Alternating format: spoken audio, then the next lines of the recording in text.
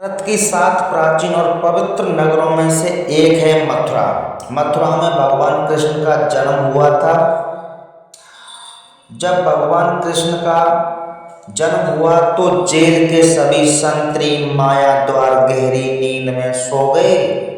Jail के दरवाजे स्वतः ही खुल गए। उस वक्त भारी बारिश हो रही थी। यमुना में उफान था।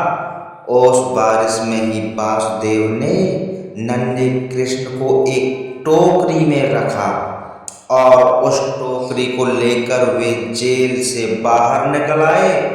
कुछ दूरी पर ही यमुना नदी थी। उन्हें उस पार जाना था, लेकिन कैसे?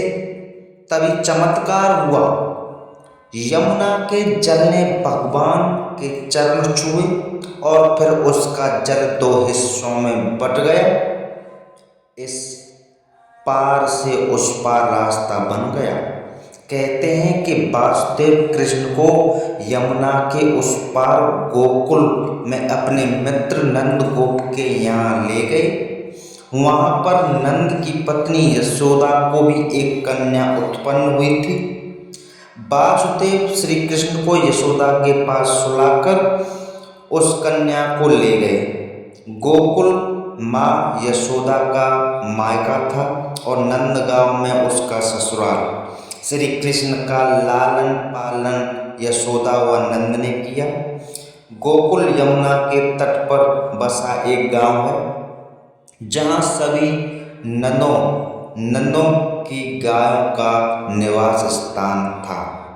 नंद मथुरा के आसपास गोकुल और नंदगांव में रहने वाले आविर गोपों के मुखिया थे। वहीं पर वासुदेव की दूसरी पत्नी रोहिणी ने बलराम को जन्म दिया था। बलराम देवकी के साथ वे गर्भ में थे, जिन्हें योग माया ने आकर्षित करके रोहिणी के गर्भ में डाल दिया।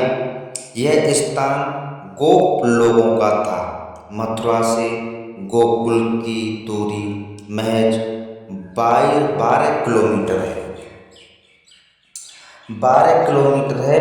तो भगवान की लीलाएं बहुत अच्छी हैं। मथुरा में उन्होंने सबसे ज़्यादा लीलाएं की।